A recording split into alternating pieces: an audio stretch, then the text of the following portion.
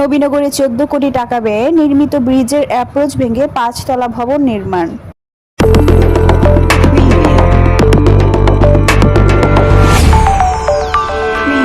Nurnagar news, সময়ের সাথে সত্যের পথে। ব্রাহ্মণবাড়িয়ার নবীনগর উপজেলার কৃষ্ণনগরে পাগলা নদীর উপরে ১৪ কোটি টাকা ব্যয়ে ১৮০ মিটার দীর্ঘ সেতুটি নির্মিত হয়েছে। ব্রিজের পশ্চিম উত্তর পাশে ব্রিজের অ্যাপ্রোচ ভেঙে ৫ তলা ভবন নির্মাণ করেছেন কৃষ্ণনগর গ্রামের আব্দুর রহমানের ছেলে প্রবাসী আব্দুস সাত্তার। জনগুরুত্বপূর্ণ ব্রিজের অ্যাপ্রোচ ভেঙে ভবন নির্মাণ করার পর প্রশাসন কোনো পদক্ষেপ না নেওয়ায় ক্ষোভ প্রকাশ করছে এলাকাবাসী। সরেজমিনে গিয়ে জানা যায়, কয়েক বছর পূর্বে কৃষ্ণনগর থেকে জেলা সদরে যেতে পাগলা নদীতে নৌকা দিয়ে পার হতো সাধারণ যাত্রীরা।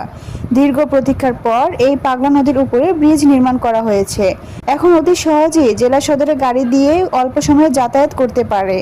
ব্রিজ নির্মাণ করার পর ব্রিজের দুই পাশে সরকারি জায়গা রয়েছে, সেই জায়গায় পিলার বসানো হয়েছে যেন রাস্তাটি ভেঙে না পড়ে। কিন্তু গ্রামের একটি প্রভাবশালী মহল রাস্তার পাশে সরকারি জায়গা দখল করে ভবন নির্মাণ করেছেন। অভিযুক্ত সাত্তার মিয়া প্রবাসে থাকায় তার স্ত্রী সাথী আক্তারের সাথে কথা বলতে চাইলে তিনি ক্যামেরার সামনে কথা বলতে অনীহা প্রকাশ করে বলেন, ভবন নির্মাণের বিষয়টি ইউনিয়ন ভূমি অফিসের নায়েব অবগত আছেন। সরকারি জায়গায় বিল্ডিং নির্মাণ করেছি, যখন সরকারের জায়গা প্রয়োজন হবে তখন বিল্ডিং ভেঙে ফেলবো।